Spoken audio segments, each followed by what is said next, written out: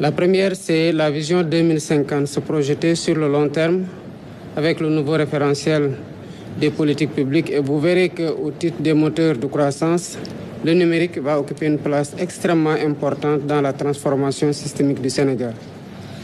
La deuxième, c'est une déclinaison de ce qui va ressortir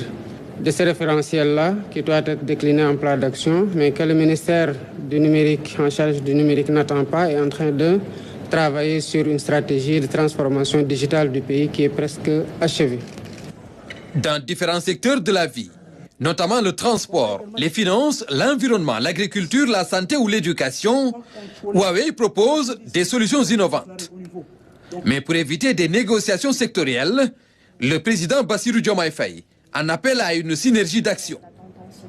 La supervision assurée par le département en charge du numérique dans la mise en œuvre d'une stratégie globale et coordonnée. Même si les ministères discutent avec le partenaire, notamment Huawei,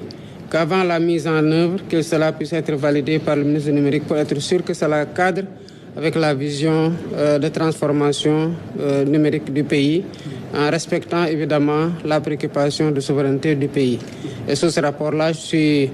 rassuré de savoir que les ministères travaillent en bonne intelligence et vous verrez dans les prochains jours, quand la vision sera déclinée,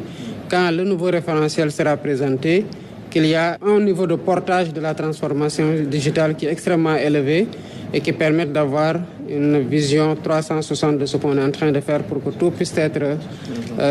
mis en synergie. Je suis persuadé que Huawei sera être un excellent partenaire, non seulement par rapport à ce que nous sommes en train d'engager, mais nous projeter avec Huawei sur le très très long terme au regard des différentes solutions que Huawei a proposées.